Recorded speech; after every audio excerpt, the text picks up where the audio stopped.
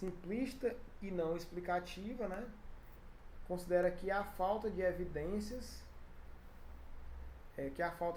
de dominância na expressão das características quantitativas. Considera o seguinte, que se a hipótese da dominância fosse correta, na hora que a gente pegasse um banco de dados de produtividade, por exemplo, deveria haver uma distribuição assimétrica, mas o que se observa na prática é uma distribuição simétrica. Então eles questionam isso.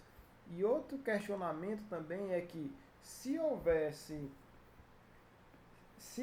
é isso aí, ó, a possibilidade de se obter um indivíduo igualmente vigoroso como o F1.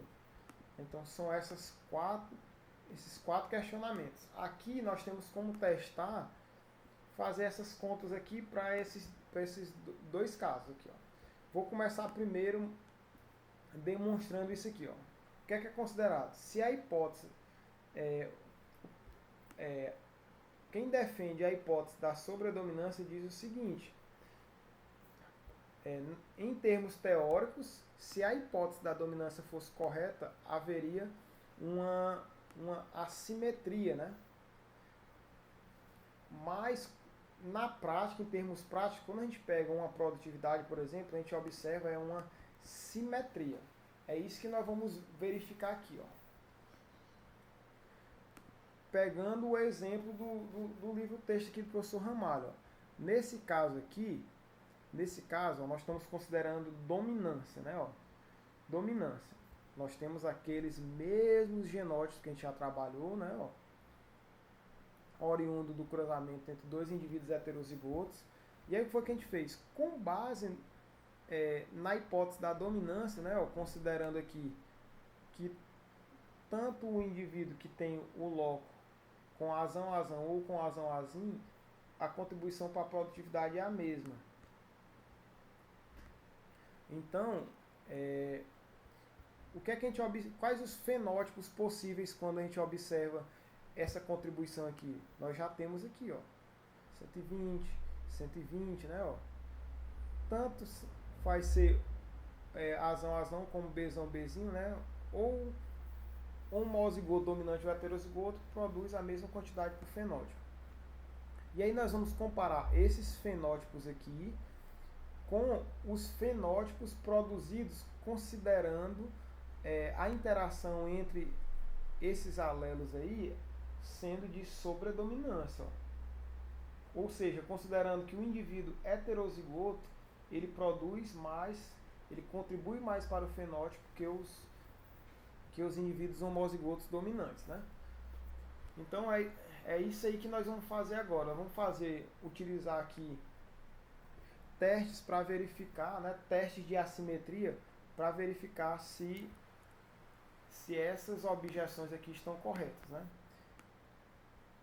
Relembrando, em termos teóricos, nós esperamos uma assimetria quando a hipótese da dominância está correta, e na prática a gente observa a simetria, né? Então vamos verificar então se realmente há uma assimetria quando eu levo em consideração as produtividades considerando dominância.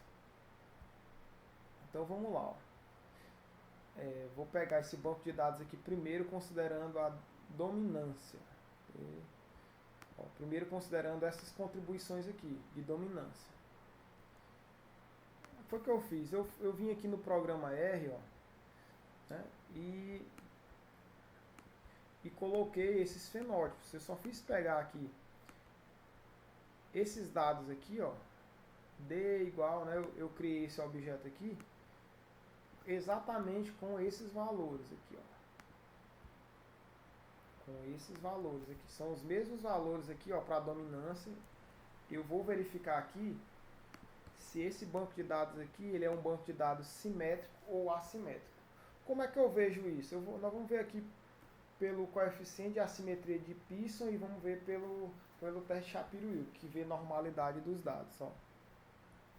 Só para a gente entender a resposta, né, antes de usar o banco de dados nosso, só para a gente entender como é que funciona essa resposta aí,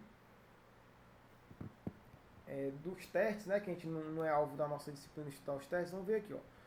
eu vou criar aqui no R, né, nesse programa estatístico aqui, nessa linguagem aqui, R, eu vou criar um banco de dados que eu sei que ele segue distribuição normal, ou seja, eu sei que ele é simétrico. Ó, vou criar aqui esse banco de dados só para a gente verificar. Ó, que eu criei esse banco de dados é hipotético, não é o banco de dados que a gente está trabalhando. Vou fazer aqui um histograma só para a gente ver. Ó, ele tem uma tendência, né, ó, a ser simétrico, né, ó, ter forma de sino. E aí o que é que acontece? Ó, eu vou fazer o teste Shapiro-Wilk. O que a gente vai ter que verificar é o valor do p-valor. Se ele for acima de 5%, né, indica que esse banco de dados aí ele é simétrico. Né, ó, ele segue distribuição normal aqui. Então a gente está vendo aqui, ó, que esse banco de dados aqui, como eu já tinha informado aqui, ele segue distribuição normal. Isso aqui foi eu já simulei só para a gente poder ter o entendimento da estatística aqui do teste. Passada essa parte aí, vamos aplicar essa informação no nosso banco de dados. Aqui, ó, considerando a dominância, né? Ó, tá aqui os valores, né? Fenotipos considerando a dominância. Vou informar para o R e vou fazer o mesmo teste, ó, o teste de Shapiro-Wilk aqui, ó, para o meu banco de dados D. O que é que a gente observa aqui, ó? O valor aqui, ó, muito distante de 5%, né? Isso aqui indica o quê? Que há uma assimetria, ou seja, se a gente considerar a hipótese da dominância, realmente em termos teóricos, o que a gente espera, em termos teóricos, o que a gente espera e o que a gente vê realmente é que há uma assimetria, ó. Uma assimetria, tá vendo? Ó? A gente pode até plotar isso aqui também, ó. Vou plotar um histograma aqui de D. A gente verifica, ó, muito diferente, né, do banco de dados que a gente acabou de mostrar assimétrico.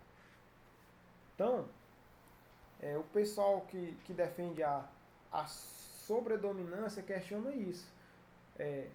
Por que na prática a gente observa uma simetria quando a gente plota um banco de dados aí de produtividade e não uma assimetria como é obtida em termos teóricos pela dominância? Então eu só estou mostrando para vocês aqui, não tem no livro esse banco de dados, assim, não, esse aqui é o livro do professor Borém, né? E aqui eu estou pegando o banco de dados do livro do professor Ramalho para a gente fazer esses testes. Então a gente viu aí. E aí eu vou pegar esse mesmo banco de dados aqui, ó. Agora, esses mesmos genótipos, né? Esses mesmos genótipos. Ó, eu peguei aqui, agora vamos ver, eu peguei esses mesmos genótipos, só que a contribuição que eu vou levar em consideração agora é a sobredominante. Essa aqui, ó. Quando é azão, bezão, 60, quando é heterozigoto 80 e quando é homozigoto 10. E aí, esses fenótipos aqui, eles vão mudar, né? Ó. Se você pegar aqui, ó, esse fenótipo aqui, deixa eu só fazer ele aqui, como, por exemplo, esse aqui é 60 com 60, 120. Tudo bem, manteve. Agora vamos olhar aqui o heterozigoto, ó. O indivíduo heterozigoto. Quanto é que contribui? 80, né? Ó. Qual a contribuição do heterozigoto? 80 unidades. Se a gente considerar a sobredominância, né? Então deixa eu colocar aqui. Onde que eu tava aqui. Então aqui dá 160, né? Deixa eu ver. E fui aqui no R e informei, ó, todos os valores. E aí eu fui lá e informei pro R, fiz o teste de Shapiro-Wilk. Aqui, ó. Shapiro-Wilk. E aí a gente observa o seguinte, ó, que o valor do P já é mais próximo de 5, ou seja, já é mais, quando a gente considera a sobredominância, realmente, tanto em termos teóricos como lá no campo, na hora que a gente colhe, segue uma distribuição normal, né? Tem tendência a seguir distribuição normal. Então, por isso é que o pessoal da hipótese da sobredominância defende esse ponto de vista aí. Aí utilizei o coeficiente de correlação de Pearson também, para poder fazer esse teste aí de assimetria, né? E aí eu fui lá, ó, que para o banco de dados de dominância.